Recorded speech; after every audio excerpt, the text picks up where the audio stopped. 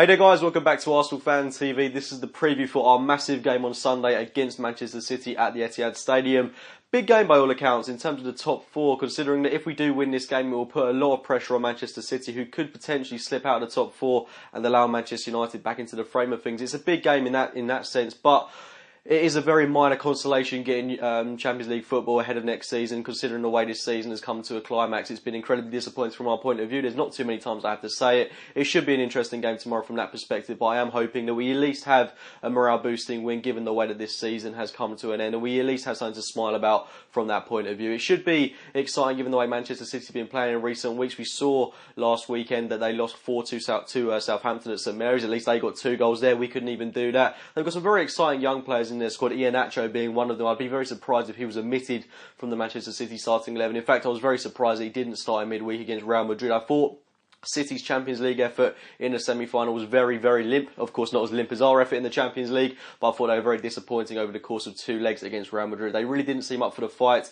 and they did appear to be rather lacklustre, especially when you consider that that was their best chance of kind of winning a piece of silverware this season. So poor from their point of view, and given that this has been such a heavily invested squad, you would expect them to be doing better in the Premier League as well. Now, with the return of Kevin De Bruyne, Sam Nasri, they're looking a bit more creative up top. We had to nullify that threat. We are going to be without Per Mertesacker for this game, so you would assume that Gabriel would come in alongside Laurent Koscielny. In fact, Wenger has confirmed that. So as much as I want to see Callum Chambers get a start, I don't think we're going to be seeing it from him at all this season. So it'll be Gabriel lining up alongside Laurent Koscielny. They're going to have a real handful with the likes of Sergio Aguero up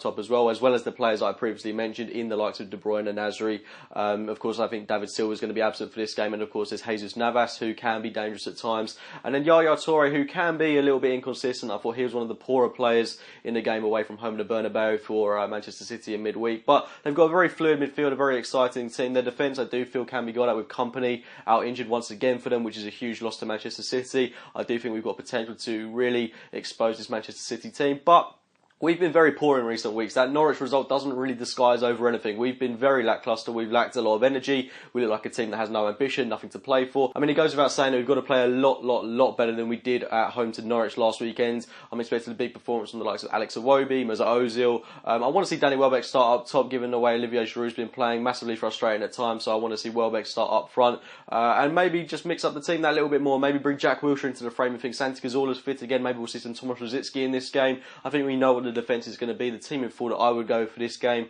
is Petr Cech in goal, Hector Bellerin right back, Gabriel, Laurent Koscielny, Nacho Monreal, Francis Coquelin, Jack Wilshere, Alexis Sanchez, Mesut Ozil, Alex Iwobi and Danny Welbeck up top. It might be a little harsh to leave Mohamed Elneny absent from the team, given that he's been playing so well for us, but I do want to see Francis Coquelin return alongside Jack Wilshere, as I do think that's an exciting midfield pivot and one that could work wonders in this game. I do want to see some Tomasz Rosicky, I want to see some Santi Cazorla, and especially as Rosicky is departing the club in the summer, I do want to see a couple of minutes from him just before he does leave Arsenal for good. But that's my team lineup going into the game. It should be an interesting one, but if we do get the win, it will be a very minor consolation to what has been a rather pitiful season from an Arsenal perspective. With Leicester winning the league, it just kind of puts into perspective how horrendous this season has been for us. But it'll be interesting to see what happens on Sunday. Please do get your thoughts on the game in the comments box below. Let me know your score predictions. I'll go for a 2-1 win to the Arsenal. Please do drop a like on this video if you have enjoyed it. Subscribe to Arsenal Fan TV, and as always, I'll be speaking to you very, very soon.